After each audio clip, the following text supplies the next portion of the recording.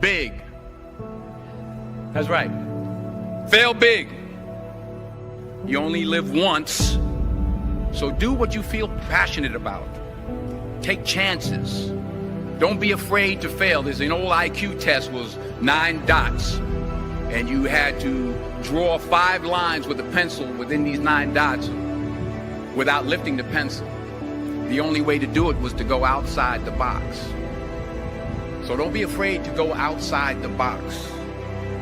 Don't be afraid to think outside the box. Don't be afraid to fail big, to dream big. But remember, dreams without goals are just dreams, and they ultimately fuel disappointment. So have dreams, but have goals. Life goals, yearly goals, monthly goals, daily goals. And understand that to achieve these goals, you must apply discipline and consistency. In order to achieve your goals, you must apply discipline and consistency every day, not just on Tuesday and miss a few days. You have to work at it every day. You have to plan every day. You've heard the saying, we don't plan to fail, we fail to plan. Hard work works. Top of the afternoon, top of the Saturday afternoon, y'all. It's your boy B Jizzle with the Big 3 here on our Week 12 pregame show. We got a really important game coming up.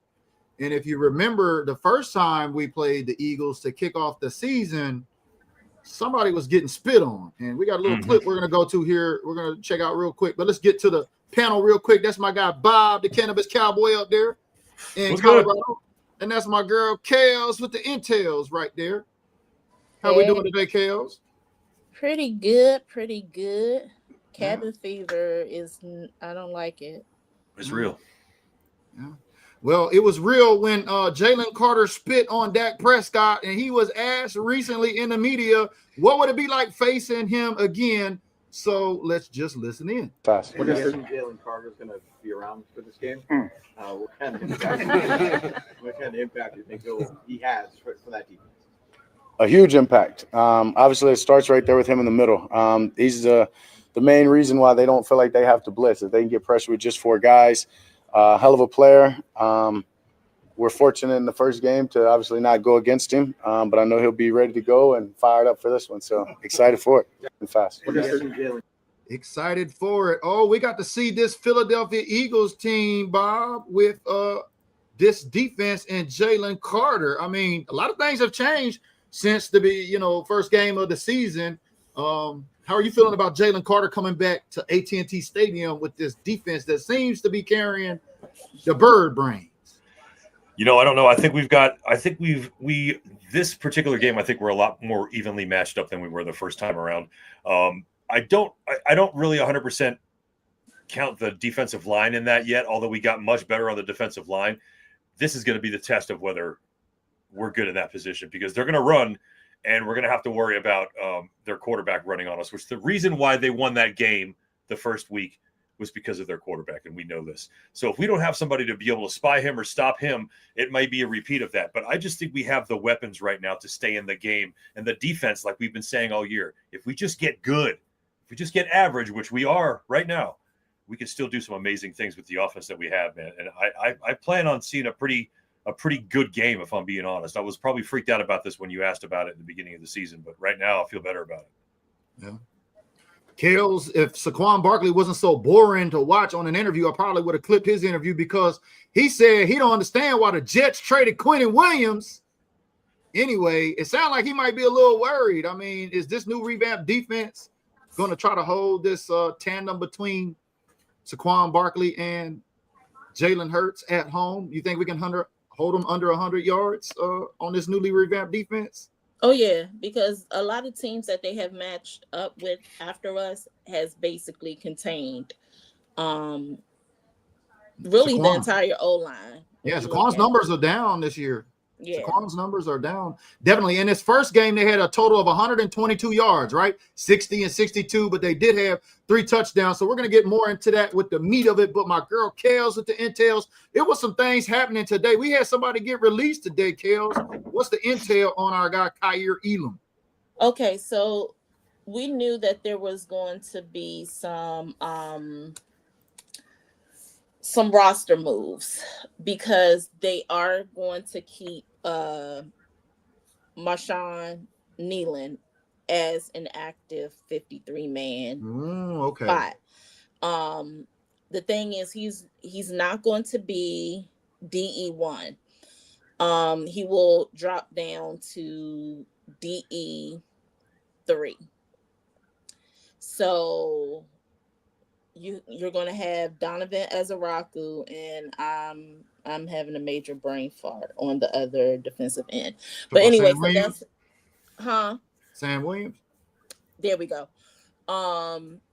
So it's going to be those, and Dante Fowler. So yeah, that was a big one for me. I was like, wow, but I guess in terms of production, it all made sense. Yeah, so he will be because this is his second year and he has 2 more years on his contract. That contract will still be fulfilled to whatever Marshawn Nealon was making. At the end of his 4-year rookie deal, he will be re-signed as a practice squad member. With the elevations voided. So he will still get practice squad money, I think up to 3 years or something like that, what they're planning on doing. So he will still be and if we go into post game, he will get that post game money as well if we go into playoff runs. So that's a little bit of that. So this is how it worked. Kaiir Elam, who I had big hopes for, I did, from what I've seen based off of training camp and what he did and during the preseason, had real hope for him. He's the type of corner that Flus wanted. He is a zone cornerback. So I do wish him well. So he has been waived, not released. He can be signed back on the practice squad in 24 hours after being cleared for the waiver wire. Something similar to with what happened with Damone Clark. We was hoping that we could get him once the 24-hour waiver wire period was done, but the Houston Texans poached and picked him up. I seen that. I seen that. So in order for that move to happen and to clear a roster spot, we have signed our running back Malik Davis to the active 53-man roster. There's a familiar name. Yeah, because Davis is now out of practice squad elevations. So Malik Davis, that just kind of raises a question on running back. I mean, any news on Jaden Blue? Because now it looks like that depth chart is currently. I mean, I seen a little bit more Hunter Lipke fullback action the last game. Is Blue still trending? He was actually playing in the tight end position. Yeah, that nobody done. Was he? He took Schoonmaker's spot, man. Even though he was in the backfield, he was playing as a tight end. It's going to happen again this week too. Yes. So who is really RB2? Is Malik that Jaden Blue? Malik Davis.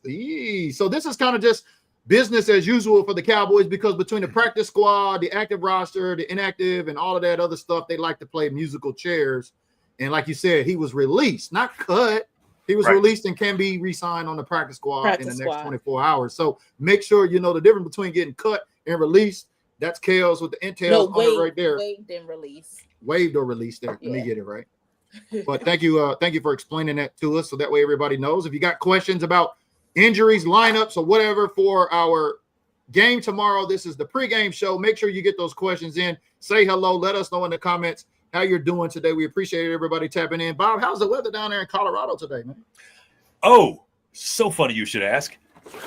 Yep, not a damn snow in sight. It has been on record. This is the longest Denver, Colorado has ever been without snow in November. So I have no freaking idea what's going on right now. I know for a fact, though, it's just going to shorten. It's not like it's not going to make winter longer. It's just going to be a shorter winter, which I'm cool with. But it's starting to feel real nice. It's football weather. And today is day one of my 10-day PTO. So I am not doing nothing for the whole entire week next week other than watching football, eating food, doing what I got to do to relax. Going to the gym and going to get your protein bowls and all that stuff. You know it. Yeah, Kelz, how's the weather been out there in DC? Well, it's 51. I really haven't been like outside. I'm still kind of like in quarantine mode.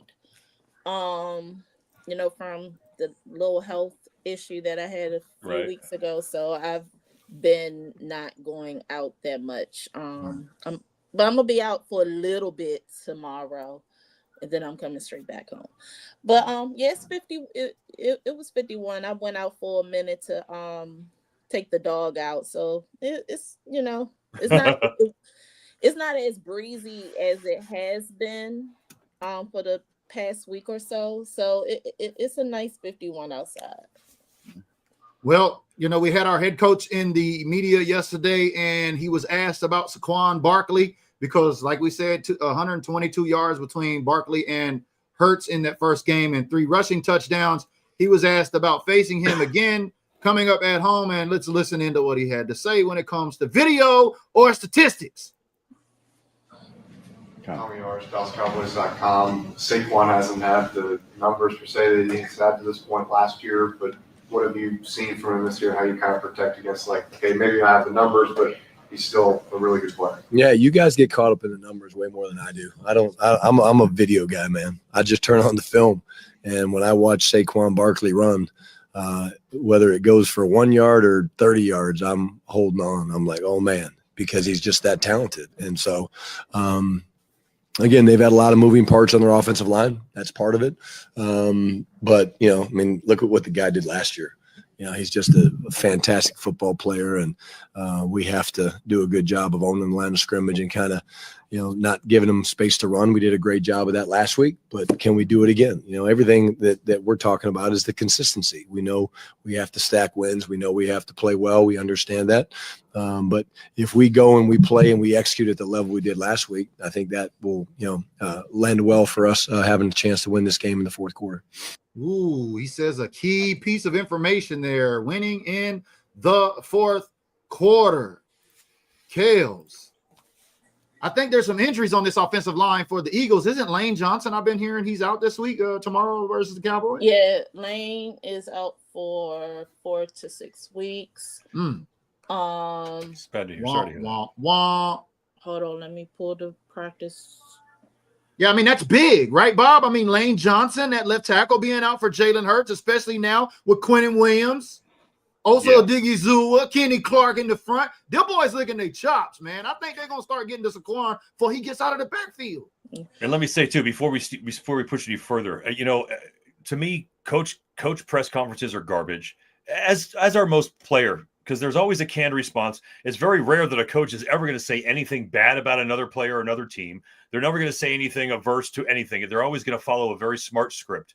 But having said all that, I absolutely love how our coach handles these press conferences. It seems like this guy's been a head coach for like 30 years. It doesn't feel like he's new to any of this. And again, that automatically send an alarm bell off for me, because that makes me worry. Like, who is he a puppet for? But he just knows what he's saying. He's so chill, and the players seem to love him, man. Y'all got to admit, that's just not something we've seen in a long time. When was the last time you saw McCarthy hug a player? Do you know what I mean? Like, it's just good to see, man. Our coach is just a good dude.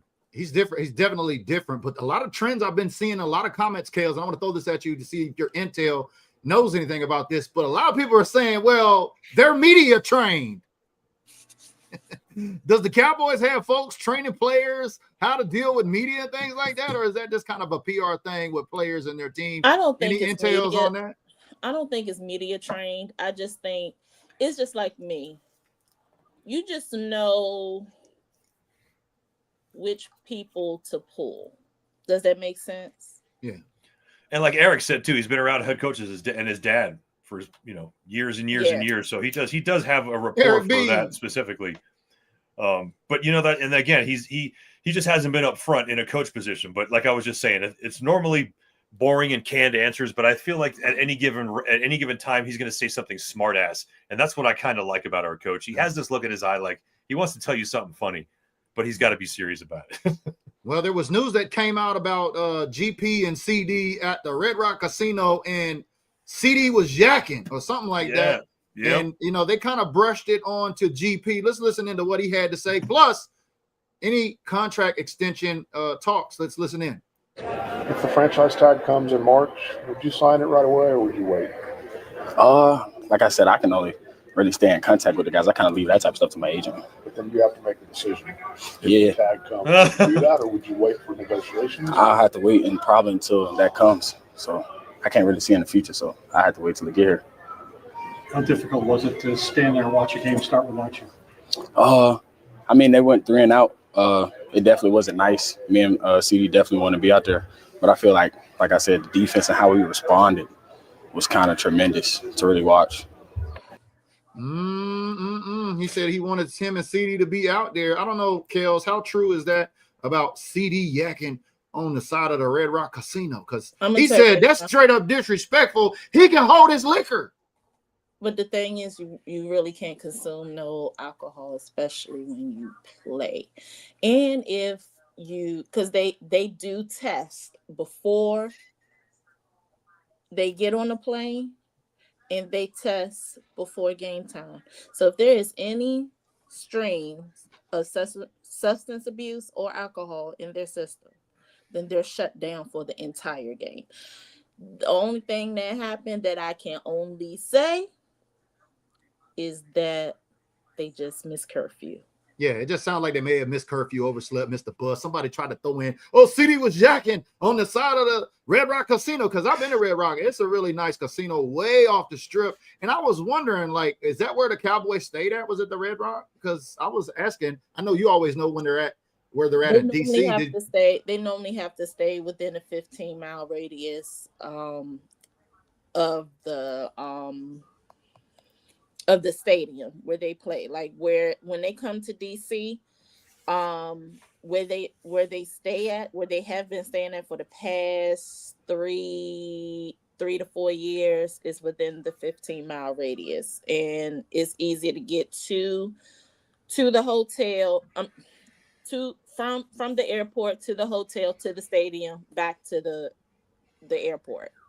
So it's within the 15-mile radius. And we're neglecting. We're forgetting the fact that these guys stayed out all night long and still put up like 200 plus yards. Hey man, right. as a 23-year Navy veteran, retired, bro. There's many days I got up drunk and went to work, and I'm not advocating to say that's okay, but I was getting Michael Irvin vibes if that was the case, because Michael Irvin probably the main reason why a lot of this is set up the way it is. But on the other hand, hold on for a minute, Vondell, they do not stay in Arlington, Virginia no more. Yeah, no, Kelz knows exactly where they're at on the East Coast for sure. But speaking of CD, he's touching on Dak Prescott. Kelz is getting ready to break another Tony Romo record. Let's listen into what CD had to say about Dak deserve it. As you guys try to climb into a situation where you increase your playoff odds, you're going up against a gauntlet over the next several days and for the remainder of the season. A lot of players talk about Shotty trying to keep you guys focused on having a 0-0 record to start each week. Just talk about the importance of that. I mean, it's very important. Technically, we could treat this as if we're in the playoffs, if you want to think of it that way. Win or go home. I feel like that's the situation that we're in, and I feel like that's the right mindset that we got to have going into every game. So as far as this little gauntlet, I'm excited for it. Should be fun, and I feel like we're gonna do just fine. You've learned obviously a ton about the history of this franchise. Dak needs just 160 more yards to become the all-time leading passer. How do you wrap your mind around that achievement? Dak deserves it, man. He's done a lot of things for this franchise, for this organization, and I mean he's the epitome of a leader in a dynasty, essentially. So as for Dak, I mean he's gonna get that. Bob, how are you feeling about Dak Prescott about to becoming the all-time passing leader for the Dallas Cowboys, passing up Tony Romo, them Romo Sapiens. They big mad, especially them Dak haters right now. Yeah, I think I have him getting at least 2 touchdowns in this game tomorrow, with Javonte getting the other one, and Aubrey getting a field goal for us to beat them by 3. So I think, honestly, man, Dak is going to play a good game tomorrow. Dak is, and again, let's forget all these records about home NFC East. Although that applies, the real thing is that Dak just doesn't make mistakes in multiple games. We've seen that again. We've seen that when he screws up the next game, he makes up for that. And he's just getting better and better, man. And I really think this is a proving year for him. So I'm expecting him to be the offensive MVP tomorrow, if I'm being honest, man. Quinnen Williams being the defensive MVP. I just don't know. I don't know how it's going to play out, but I do know he's going to get that at least 160 to pass up Romo, which is amazing. Crazy 160. First, you think he gets it by the first half, Kelz? You think he could put up 160 yards on this Eagles defense, especially? I know the Cowboy fans going to be loud and proud tomorrow at AT&T Stadium, because you heard what CD said. It's win or go home. And I'm getting big nervous because we got to win this. Yeah. I don't know about the first half. Maybe it's probably going to take the entire game for it to get, because, I mean, granted, let's be real. Like, I'm looking at the entire Eagles playbook as we speak. How many tush pushes they got in there? Because I think with the way we got this defense set up now, we might not allow any tush pushing going on at AT&T Stadium while you're looking at that playbook. Let's see what Eric Taylor is tapping in with that green badge. Thank you, Jason Craig-Hagan, for those 3,000 stars. Throw up the X. If anybody's donating stars, we appreciate that. That's how you can support the Big Three here on the show today. Eric says, I hope we hold him only under 45 yards and hold Jalen to 25-yard rush. Ooh, that's only 70 yards. We held him to 122 in the first one. As long as we can shut down the run like before and make Jalen make bad passes, that result in turnovers, we can win. A.J. Brown will lose his shit. If we can force Jalen to make bad decisions and he can get the ball. I like the recipe, Kelz. This new defensive front seems like we're going to get some pressure on Jalen, and which can free up the secondary, because now with Malik Hooker back there, it seems like things have kind of got adjusted, especially with Big Q up in the front. It seems like he's been the linchpin to get everybody aligned. I'm not scared of that defensive back. Their defensive backs are not killer out there, and that's not the strength of their defense. They signed a new defensive back. Didn't they just let somebody go, or somebody quit due to mental health or something like that? Jair Alexander. Oh yeah, he did. They did get Jair Alexander. Yeah, he's he's a little. And they got Jalen Phillips, but Cam Jurgens, their center, he went from being, he's somewhat out of concussion protocol, so he's going to be a game time decision, even though he had a full practice on yesterday, but he's listed as questionable. Yeah. Well, we're about almost halfway into the show, and it's about that time we start offering up our 3 keys to victory. I believe all 3 of us have the Cowboys winning. I think Kelz initially had us losing. I had us winning. Bob had us winning on our initial projections for the year, and you can always change up. There's nothing wrong with that, especially now after these changes. We'll get into our predictions here shortly. We got that tie. Yeah. So let me ask you this question for everybody that's happening here today, because there's still like a chance. We still got a chance, right? Like a 10% chance. Like if the Cowboys were to beat the Eagles tomorrow, right? And we've already beat Washington and New York, and we go on and we play Washington and New York at the end of the season and beat them. Does that secure the division for the Dallas Cowboys, or how does that work out with the tie and all of the NFC rankings? I feel they got to lose some NFC East games in order for that to matter. So if we beat them and then they beat all the other NFC East teams, the Giants, and we have the same record, how does that work? We're gonna be out because of the tie, or because I see some more crazy shit coming down. Y'all know it comes every year. We need this team to do this team to do that. For us to make the playoffs. I think the math is so bad for us right now. The math is so bad for us right now that we have to win just to get even with the math for us. So, we'd be looking at, we got to make sure that Green Bay loses or something like that. Like all that kind of stuff we have to worry about.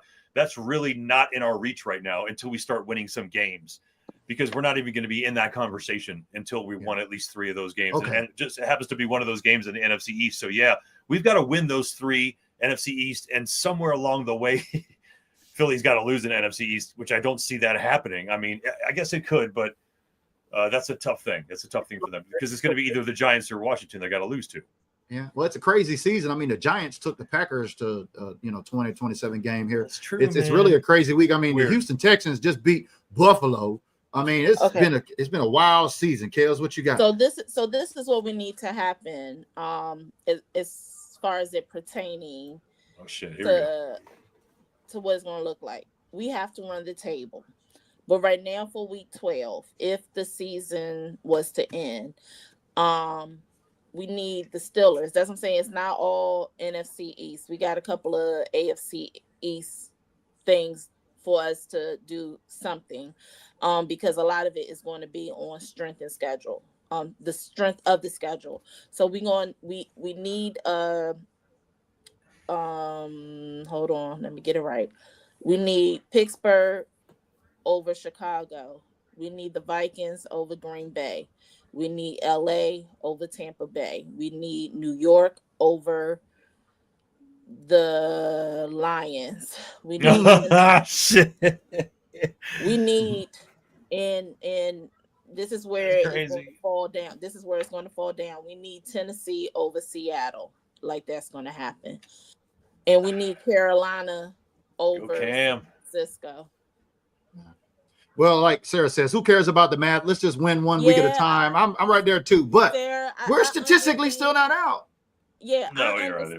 There's a chance. I understand, Sarah, how you feel. However, but the math is mathing right now, and the math is winning. So yeah, and listen again. Let's all just pretend like we don't have a chance anymore. This is still putting us in a great position for an amazing. Low expectations. It's not our year. Something. We're like trying to hold on week to week now. Like this season is kind of being. And with that being said, I'll get into my key to the Cowboys winning now with this defense. Like we said, game one, beginning of the season, 122 yards, 60 for Saquon, 62 for Jalen, 3 touchdowns on the ground between them each. Now I got the Cowboys winning this game 30-28. I think it's gonna be a close one. I think Brandon Aubrey kicks a 70-yard field goal. I think it's drama. I think it keeps the Cowboys alive. It sounds good. Sounds like it's good for ratings. But I think they only get 2 touchdowns, and I think we can hold them both to under 100 yards. That's my call out right there for the Cowboys to win. They've got to hold both Jalen and Saquon to under 100 yards total and no more than 2 rushing touchdowns, because with 30-28, somebody going to get some touchdowns. They're going to be a tush push in there too. But I don't know, because the way this defense is set up now, I think we might put a stop to all that shit tomorrow at AT&T Stadium. Yeah, it could be a little too late, man. I'd like to prepare some folks for believing that, because if this whole defense turnaround thing happened about 3 weeks ago, then we wouldn't really probably have too much to worry about, because we probably would be set up for success in some way. But we lost some games that were bad, really bad too. If we had a committee that had to push us into a postseason just how good we played, like in college, we'd be screwed. Dang, but we're forming up. They fined George Pickens $26,085 for what? For jumping on the goalpost. Oh, when he jumped on it.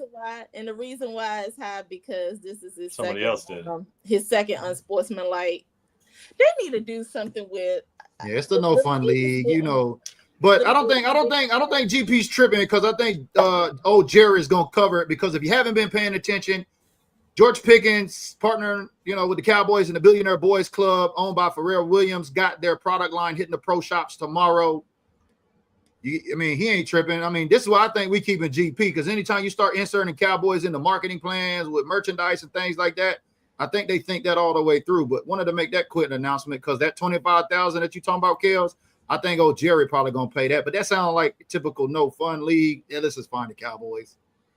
Even if that wasn't the case, like out of all the games that I've been watching this season, when it comes to the celebration, the league they have to, it's okay to be petty, because I'm petty, but this is stupid petty. Yeah.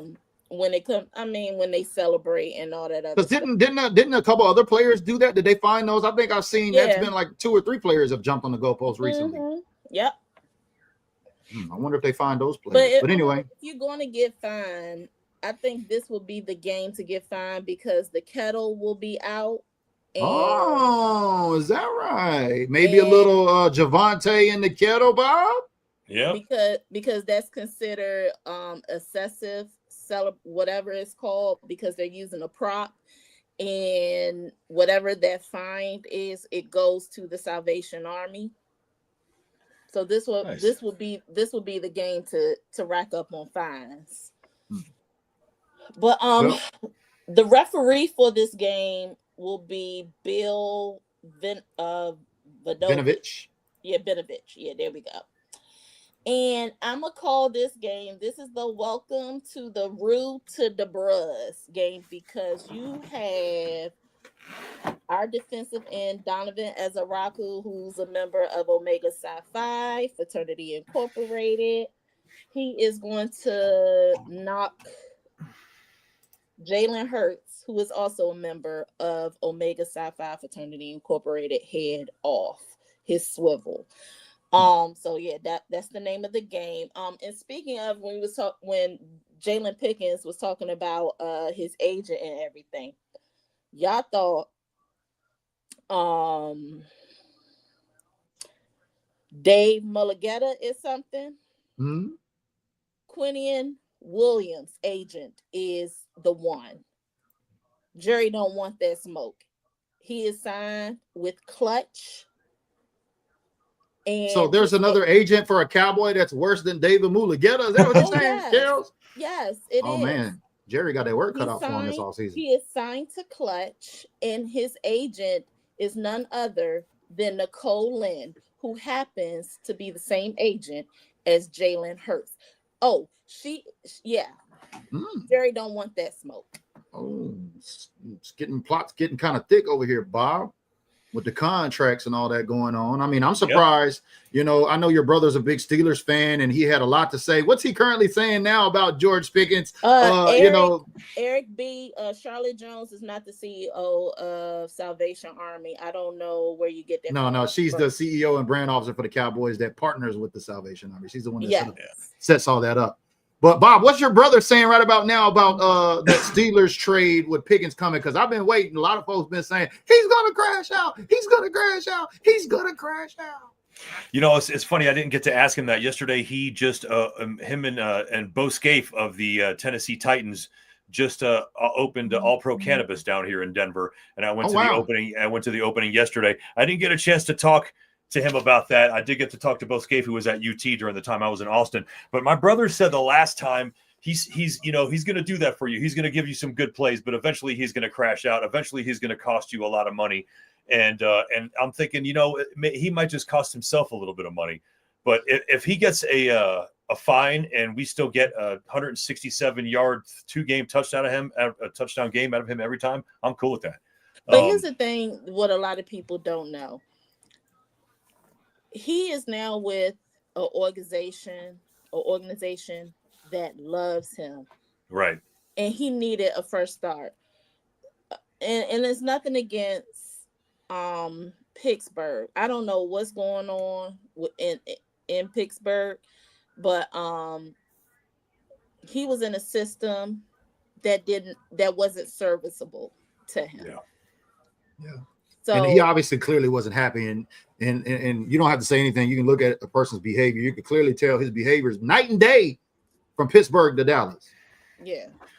And then if you've watched, since he's been with us, if you have watched his interviews and everything, he has been very cautious about the things he has said, because he hasn't been committal and everything, because we don't know what's going to happen. But since he's been in the Cowboys organization, he loves where he's at. He's formed relationships and everything, not only within the Cowboys organization, but the community as well. So now you could hear him saying, I want to stay here. I'm learning a lot of things being in this new environment. So you see his language has changed a lot from the time he got here till present day. But yeah, for sure.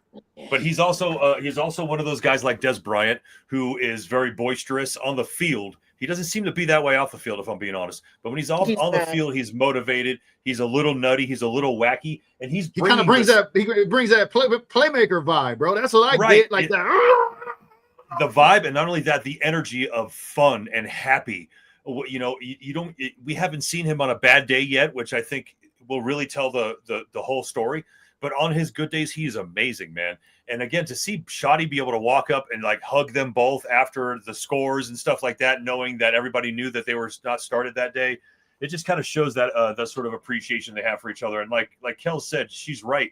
I think he's in a place right now where the team genuinely loves him. They're like, holy shit, look what you can do. You're doing great for us. This is an amazing thing that you're doing by helping us win games. How the hell are we not going to embrace you? And again, I think he's probably good in the locker room. Also, he likes making money. And what other team can you play for that's going to make you so much money outside of the Cowboys, man? Come on. And this is the way to do it. And he's one of the last ones to leave the Star. That doesn't surprise me at all. Those kind of guys like that, they stay there a long time. Yeah, Eric Beach tapping in, and I think this is a great one for our predictions here, as I need to get both of y'all's keys to the victory, so if you could cue those up along with your predictions before we get out here. Eric says, who will go into the red bucket or the red kettle? GPCD, make your predictions in the comments. I'm predicting Dak Prescott is going to get a tush push and run and get in the red kettle. I think we're going to put it in the Eagles' face. I'm just calling it out. Y'all can go ahead and call out whatever y'all like to call out too as well. I'm saying Javonte will get the kettle call this year. Kettle call for Javonte. Kelz, who you got? Anybody? You know what? We're gonna throw Matt Eberflus in there with his defense. No, and y'all going to give me the strange face. I have a feeling someone from the Eagles is going to be the one to do it. Ooh, I don't doubt that type of stuff. That seems like their behavior. We got any Eagle fans tapping in? Let us know down there below who you would pick if it was an Eagle fan to jump in, because we know y'all love the Cowboys. Y'all follow. It's going to be someone from the Eagles. I don't want it to be. I really think Ferg might be the one, but I don't think they're going to be utilizing Ferg a lot, because from some of the pictures in the video that I have been seeing, and from their practice that I could not post, it looked like they're going to be using Hunter Lemke and Brevin Spanford in that tight end position a lot, because their bodies are bigger than Jake Ferguson's. And I don't think, and the thing is, I think Jake is going to get some action in, because when you look at the way that the Eagles have been playing, especially on their second level and their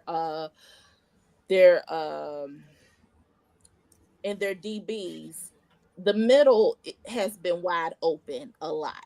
And that's where Jake Ferguson really gets into his groove. So I don't think Turpin is going to get a lot of issues, because I don't know what is going on with that with our secondary, but it's a lot. It's a lot. I don't know. Maybe CD and GP both jump in there. Maybe one of them scores. Both jump in. I don't know.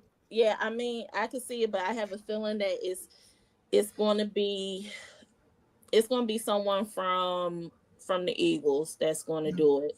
But as far as the Cowboys, it could be Pickens.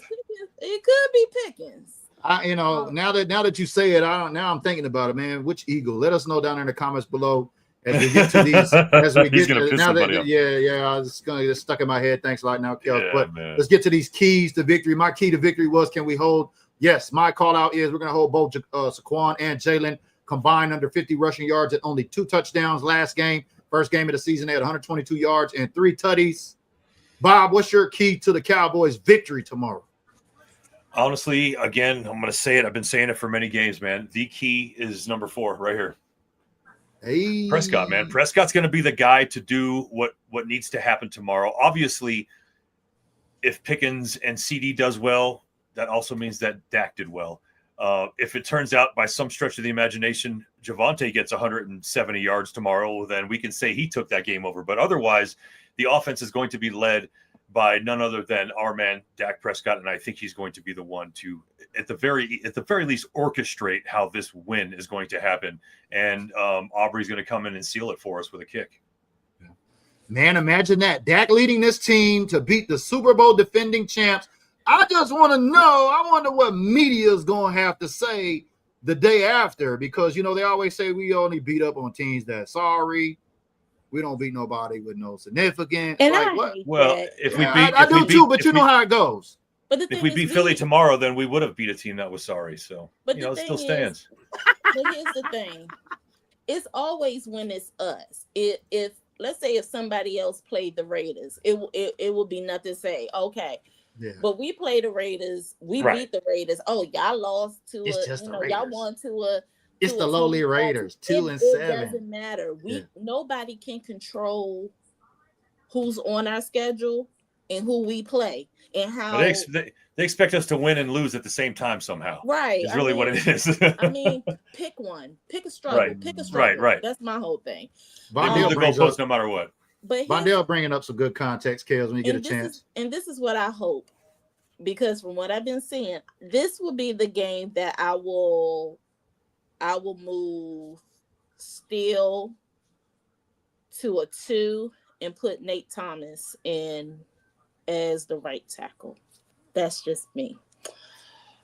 I don't know, so many keys to the game, like, because I love Big Benji. Well, let's talk about this, though. Let's talk about Jalen Carter. Is that going to be Cooper Beebe's assignment? Because Vondale's tapping in and says Steele needs to hold that side of the line. I know because Steele be giving it up. But, I mean, is it BB going to be essentially trying to hold Jalen Carter down there in the middle? Because we didn't see him the first game. And, you know, we still got our running game going. But no, he's on the side of. Here we go. Hoodie's tapping in and says Booker. Yeah, Booker no, no. Jalen is more. Carter is more on the. He's on. I thought he was a DT. He is, but he's on the right, so he will be. BB, Guyton, and Tyler Smith. Nolan, what's his last name? Brown, Nolan Smith. Thomas? No, he's the other one for the Eagles. He's more so on Booker and Terrence Steele's side. Yeah. But yeah, didn't Steele, it wasn't Steele the one assigned to Max Crosby when we played the Raiders? He calls that for Max Crosby to get Dak Prescott in their first drive that caused that fumble. Oh, okay. Which really is not, it really wasn't a fumble. It was actually, but that's all he did. But it was an incomplete pass. But after that, he did contain Max Crosby. Yeah, so that's pretty crazy. That dude's one of the best in the freaking league right now. So that's not something at the beginning of the game. If somebody said, you know what's going to happen today? Terrence Steele is going to lock down Max Crosby after he caused a fumble. I would never have believed that in any way, because that's just not what we get from that dude. And the thing is, it's so many keys. Like, okay, for defense. So my key for the game for defense, if Flus could run that 5-man front in rotation like they did against the Raiders. Yeah, because I mean they held Ashton Jeanty to 7 yards. Bob, you called that shit, Bob. And I'm, and if he runs, I said under 50, but not 7. Yeah, if Flus run that exact 5-man front, I don't care if it's a 5-1 or a 5-2. Please have Jalen Hurts look like Chris Tucker from Rush Hour. Which one of y'all hit me? Please let that happen. And the thing is, do not let him run, because we're getting ready to go against again a running mobile quarterback. Yeah, we got him, and then 4 days later we got Patrick Mahomes, and then we got golf And the after thing that. is, and But Jalen does not want to throw. Jalen does not want to well, throw. Jason brings some great context for that. He says Eagles are the most blitz team in the NFL. The faster you get to Hurts, the faster he looks down. You got to have a spy. I remember Cowboy fans saying that all year. We need a spy on the quarterback, because we've been getting ran on from Timbuktu. Demo is the spy. Demo's going to be the spy. He is going to have to be. He's the only guy with the speed enough to do that on the. Not to mention, people think that. So listen, the only reason a spy is because they are covering someone anyway. It's just that their secondary job is to make sure that that quarterback doesn't break contain and go past. It's very, very hard to do that, especially if you're having to cover a running back out of the backfield and go a little deep with that guy, and then all of a sudden Jalen Hurts starts running. Then you got to go run back downfield. So the spy is not as easy as it seems in Madden for all you folks out there who think that's what's going on, man. And before anyone asks the question,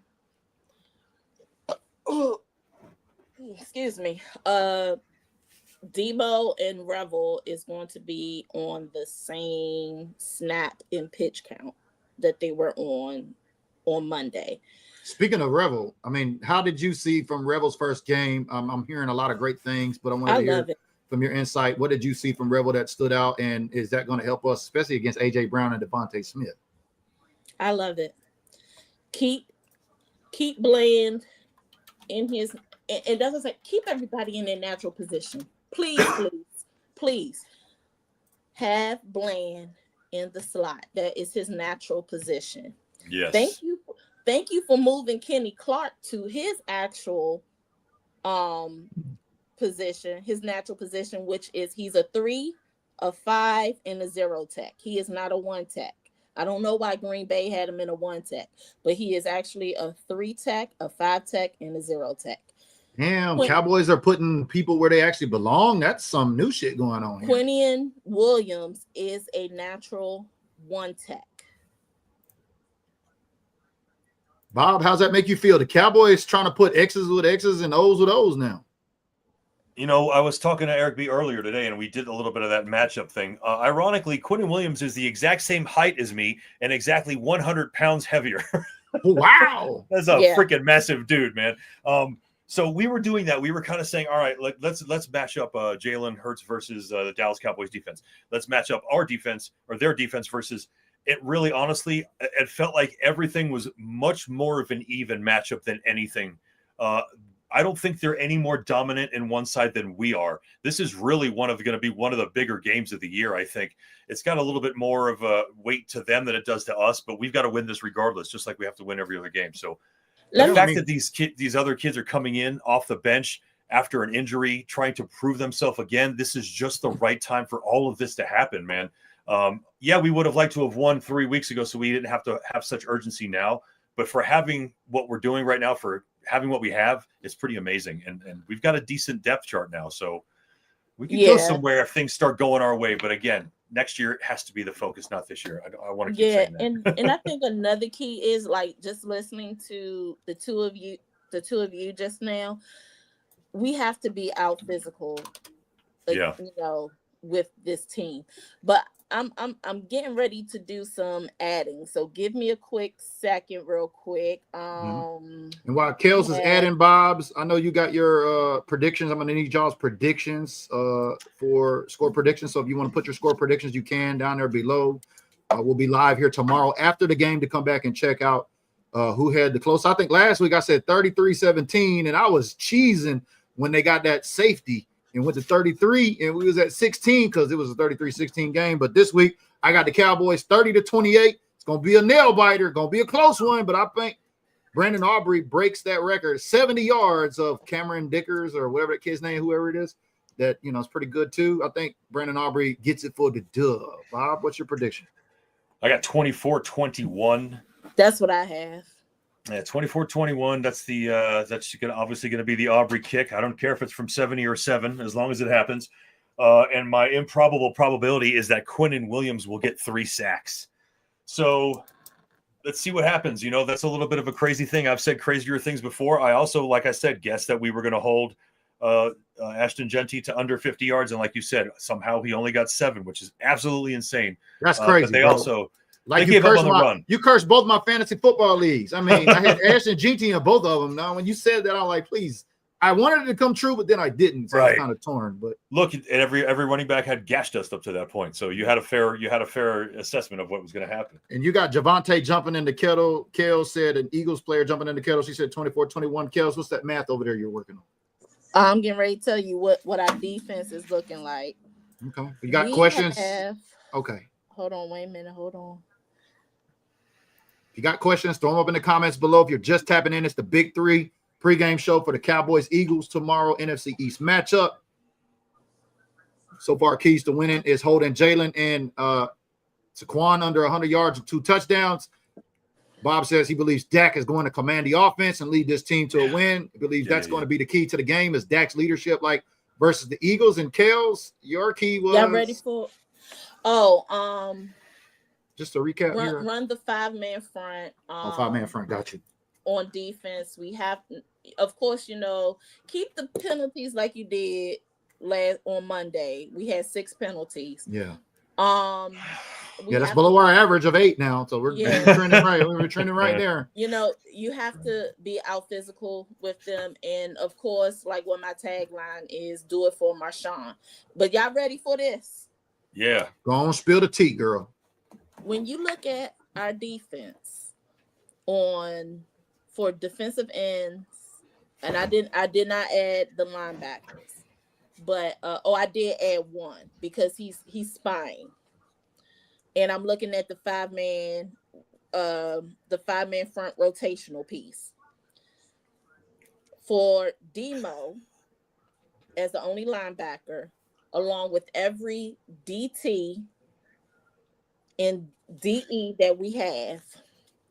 We're talking about 4,013 pounds. Ooh. That's a lot.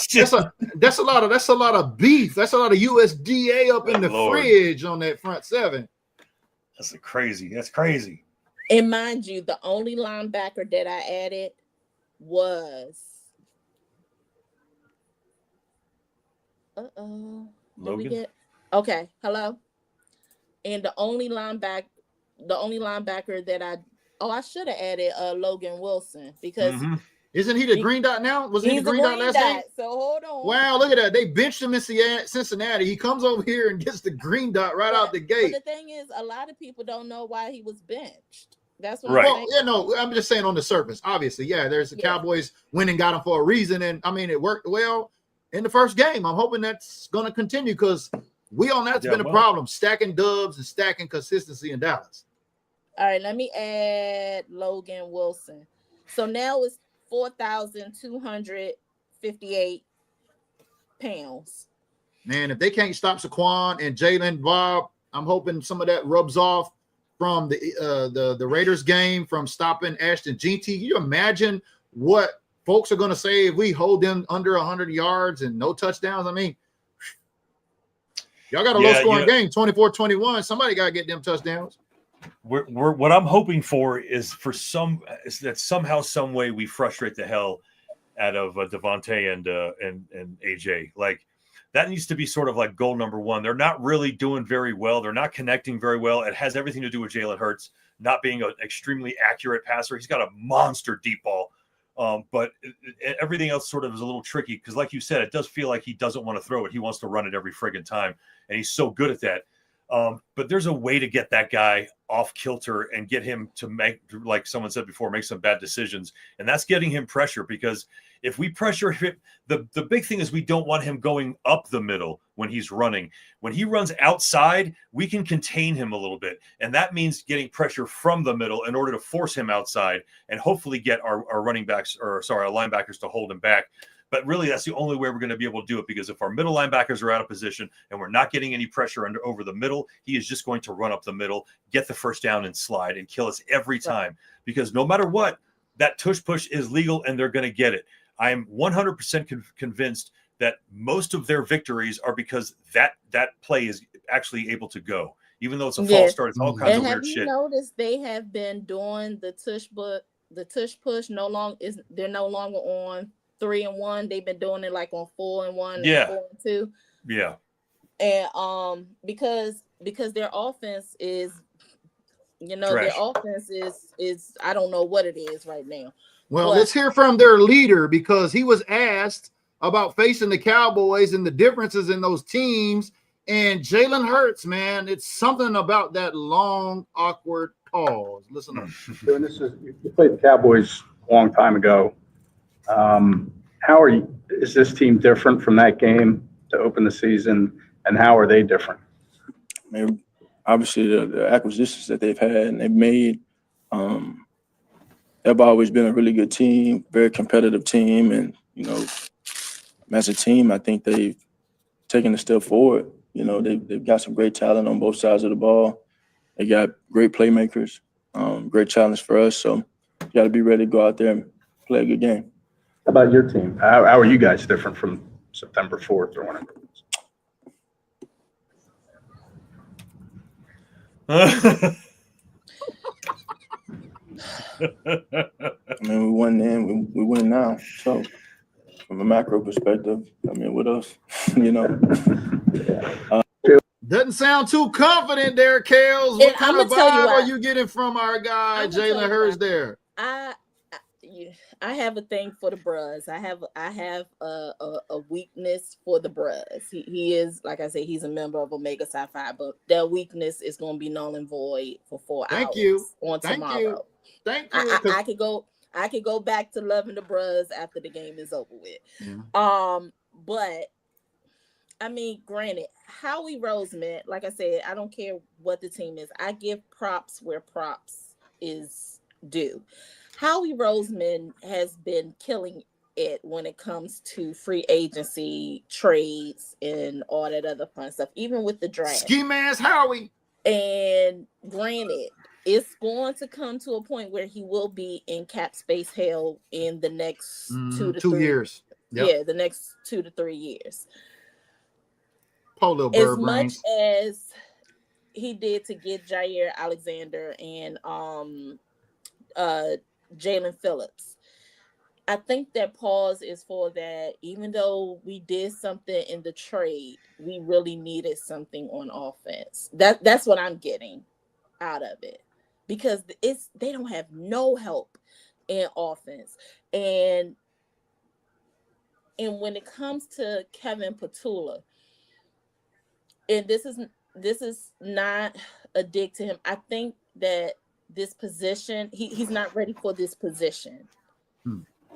Because there's been a lot of focus on the Eagles, man. Could you imagine? I mean, they're winning, but they're actually mad at their locker room. They're not communicating. They're getting messy in the media, and they're even pushing it up on AJ Brown. As you listen to him, they're asking him. I can't fault AJ Brown for. I get what he's saying. He's not calling anybody out by names. He just said, as an offense, we have to do more. We have to play better. I mean, I can't fault him for what he said and everything. No, he's not nobody's calling faulting him. out. He ain't calling nobody out by name. He's not being disrespectful. No, it's just the media running with this and that, just like CD yakking on the side of the Red Rock Casino. But let's listen into AJ. This is kind of awkward here too as well. Maybe not as awkward as that long pause, because that long ass pause, that shit was awkward as hell. Listen in. Do you pay a lot of attention to what other receivers around the league do? Like what makes CD so? Nah. Why not? Gets me upset.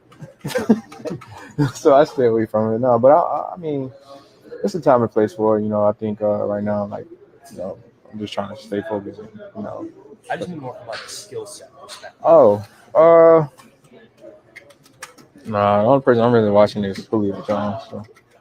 AJ, do you pay a lot? Julio Jones, he don't sound too enthused there. I don't know. Hopefully this locker room drama that's going on in Philly will carry over onto the field. Like we said, Lane Johnson's not going to be there. It's going to be a heavyweight. Jalen Carter is back.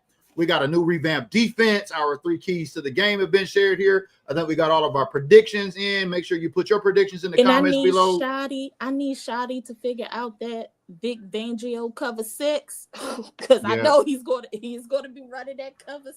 Yeah, Vic Fangio. We know Vic Fangio going to bring his game, but I think Shotty got something to prove too, as well as his team. And I think now playing for, like you said, do it for Sean, do it for Marshawn. I think the Cowboys know their why. They know the bigger picture here. And I think that sometimes, you have to have that not necessarily have a death on your team to galvanize the team to get them to face forward for the mission, but good leaders will make sure the units and those teams know their why. And I think they're playing for Marshawn now. I think we see the Cowboys come out tomorrow. I mean, hell, it could be a blowout. And if I'm not mistaken, Dak is undefeated at home against Jalen Hurts. If I'm not mistaken. Yeah, Dak is 6-1 against the Eagles at home, and I believe they're 2-2 head up. So this is going to be the battle to find out who's really daddy, because Jalen been chasing his daddy Dak of the NFC East for a number of years, but now it's a head up game. 2-2. Who's going to be the leader of the zoo? We'll be tapping in tomorrow for the post game report for sure. Bob, Kelz, y'all got any important words for everybody on this Saturday before we get out here today? No, it's football season, baby. It's a beautiful time. It's fall. It's football weather. We got after this, we got a Thanksgiving Day game. It's a stretch of some really nice days. So hopefully we kick off the nice Thanksgiving week stretch with a good victory. Because they're now in their gauntlet, their 4-game gauntlet. Oh, it's gonna be a quick turnaround. We got the Chiefs Thursday of next week, which by the way, we're gonna do pregame, postgame same day, or is that what we're looking at for Thursday? I know we're looking ahead a little bit. I don't know how that Thursday people be cooking and stuff. I know that's what I'm asking. I know for a fact I won't be able to do it Wednesday night because I'm going to do a function so that I can stay home, and we're going to do dinner here. So I'm down to do it anytime during the day on Thanksgiving Day for sure. Okay, we'll get it figured out. Because that's a quick turnaround. Yeah, because like I said, they're in their 4 back-to-back games in 17 games. The first one was the Raiders. Then the next one is tomorrow. Then you have Thanksgiving. Then you have December 4th against the Lions. So from what I did find out from the Cowboys media team,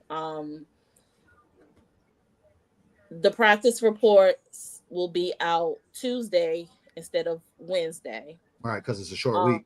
Yeah, it's a short week. So so the last practice report will be on Wednesday. So 2. Yeah, it's a quick one. So and the practice report is going to be out at 4 p.m. my time.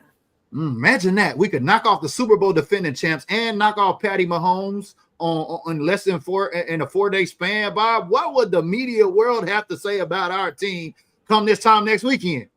They'd have to talk about us, and good old Kyle Brandt over there at GMFB would have to actually open his stupid mouth and say something nice about us. So it'd be cool, man. It'd be nice to have them make them. I was hoping for him to put Pickens, that juke move that Pickens did as an angry runs. And I was kind of in my feelings, but I get why he did what he did, because that tight end that the Steelers got, 311 pounds, and he was murking everybody on the field. Yeah. Now you could tell. You could tell when GP started running straight to the sideline. I was like, he's gonna run out of bounds, and he planted that foot, and it's a wrap. That dude is too quick, man. That dude is too quick. But all right, y'all, that's the Big 3 on a Saturday evening. It's 5 p.m. We're just over an hour. Appreciate y'all tapping in. I'm BG. That's my guy Bob. That's my girl Kelz. It is the Big 3. Tune in for us tomorrow on the post-game show, and we're gonna see who's gonna be the king of the NFC East and who's really the daddy of the NFC East. Because cue up that usher. Daddy's home. We'll see y'all tomorrow on the next episode on the post-game show. Turn out the lights. The party's over. They say that all good things must end. Call it a night. The party's over. And tomorrow and next year starts the same old thing again.